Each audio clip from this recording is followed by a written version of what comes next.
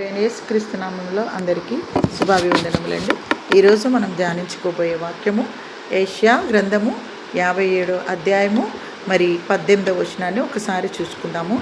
నేను వారి ప్రవర్తనను చూసి వారిని స్వస్థపరచుదును, వారిని నడిపింతును, వారిలో దుఃఖించి వారిని ఓదార్చుదును. ఎంత చక్కగా బైబిల్ గ్రంథంలో రాయబడి ఉందంటే, నేను వారి ప్రవర్తన చూసి వారిని నడిపిస్తానని చెప్తున్నాడు.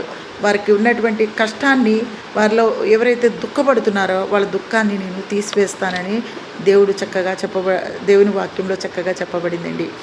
నేను వారి ప్రవర్తన చూసి వారిని స్వస్థపరచుదును, వారిని నడిపించుదును, అంతేకాకుండా వారిని నడిపించుదును అని బైబిల్ వాక్యంలో చెప్పబడుతుందండి. పైగా వారిలో ఎవరైతే దుఃఖపడుతున్నారో వారిని ఓదారుస్తాను అని అంటున్నాడు.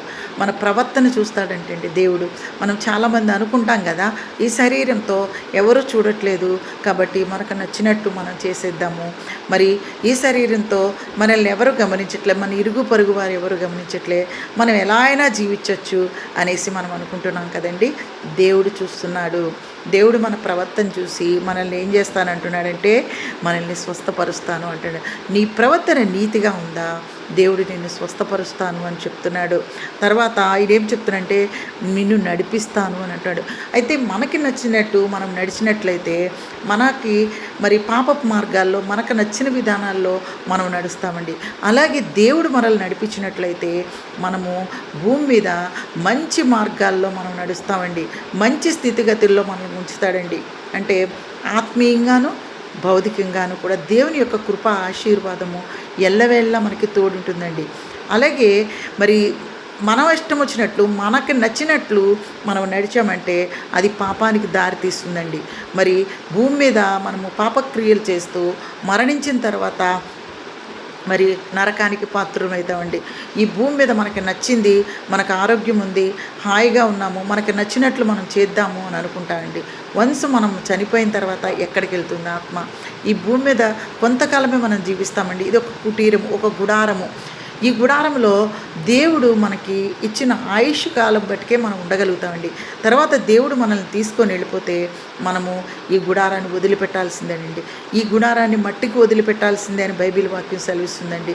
అయితే మన ప్రవర్తన చూసి దేవుడు మనల్ని స్వస్థపరుస్తానంటున్నాడు, పైగా తానే నడిపిస్తానంటున్నాడండి. మనము దేవునికి అప్పగించుకుంటే మనకి స్వస్థతనిస్తాడు ఆయన. పైగా మనల్ని పరలోకానికి చేర్చేటువంటి మార్గంలో మనల్ని నీతి మార్గంలో నడిపిస్తాను అని చెప్పేసి దేవుని మాటలు తెలియజేయబడుతుందండి. అంతేకాకుండా వారిలో చాలామంది దుఃఖిస్తూ ఉంటారు. దుఃఖము అనేటువంటిది మనకి తాత్కాలికంగా ఉంటుందండి. ఆ దుఃఖాన్ని మనకి ఎవరు ఓదార్చాలండి? దేవుడే ఓదార్చాలండి. మనకి మనసు నుంచి పెద్ద దుఃఖం మనకు కలిగినప్పుడు, మనకి కావలసిన వారు చనిపోయినప్పుడు, లేకపోతే మనం అనేకమైన విషయాల్లో ఇరుక్కుపోయినప్పుడు మనకి దుఃఖం ఉంటుందండి. అలాంటి దుఃఖాల్లో దేవుడు ఏమని చెప్తున్నాడంటే, నేను చూసుకుంటాను, నేను విడిపిస్తాను మిమ్మల్ని అని చెప్పేసి దేవుడు చెప్తున్నాడండి. ఓదారుస్తాను అంటున్నాడండి.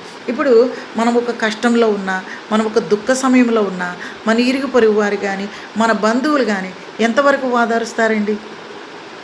ఎంతవరకు ఓదారుస్తారు? కానీ దేవుడు ఓదార్చే ఓదార్పు చాలా నిత్యము ఉండేటువంటిదండి. దేవుని యొక్క ఓదార్పు మనకి అక్కడితోటి ఆ దుఃఖం తీరిపోతుందండి. అక్కడితోటి మనకు అక్కడ సమాధానాన్ని ఇస్తాడండి. అంతేకాకుండా ఆయన ఓదార్పు మనల్ని ఎక్కడ దాకా నడిపిస్తుందంటే ఆయన రాజ్యానికి, అక్కడ నీతి రాజ్యానికి, పరలోకానికి మనల్ని నడిపిస్తుందని బైబిల్ వాక్యంలో చెప్పబడుతుందండి. మనల్ని నడిపించేటువంటి మన బంధువులు, మన ఇరుగు పరివారు తాత్కాలికంగా మనకి టెంపరవరీగా ఉపశమనాన్ని ఇస్తారండి. కానీ దేవుడి ఓదార్పు ఎలా ఉంటుందంటే నిత్య రాజ్యానికి ఇహ పరమందు కూడా మనల్ని చేర్చేంత వరకు ఆయన ఓదార్పు మనతో ఉంటుందండి. ఈ చిన్న వాక్యాన్ని మీతో చెప్పడానికి దేవుడు నాకు ఇచ్చినటువంటి అవకాశాన్ని బట్టి దేవునికి వేలాది స్తుతులు స్తోత్రాలు చెల్లించుకుంటూ ఈ వాక్యం ఓపికతో విన్నందుకు మీకు ప్రభు పేరిట వందనాలు చెల్లించుకుంటున్నానండి.